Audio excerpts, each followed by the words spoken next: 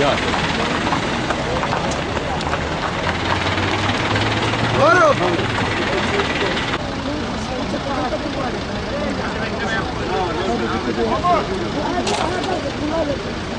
Ne gibi röportaja bize bahşiş vereceksin? Oho. Yarasal da sabırla senin. Bu her şeyi görmüş.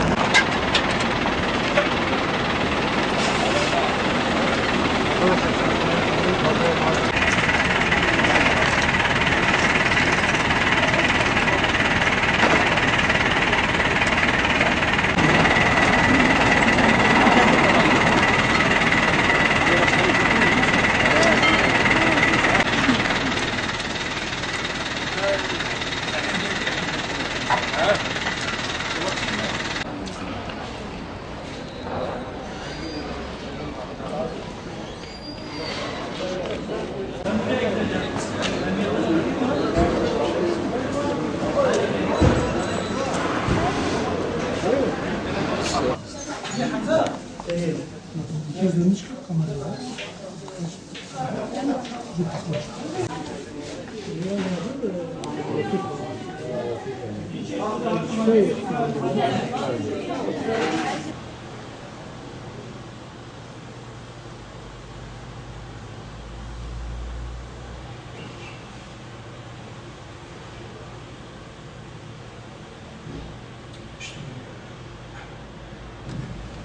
Sonucu yok mu? Değil mi?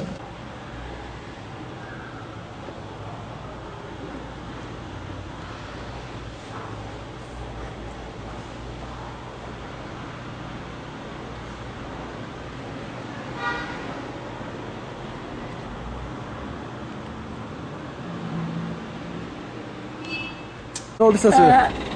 Biz güle oynarken bu Toros önüsü, mobilden çıkarken önüsüne girdi. Sonra da başkan arabası gelip kurtarmak istedi. Kurtaran kendi sağa verdiği zaman adam son anda fark etti ve vurdu. Son anda fark etti. 2 tane ağır yaralı bir kız bir adam. Başkanın da omuzu yaralandı. Şoförü de eliyle başında yara var.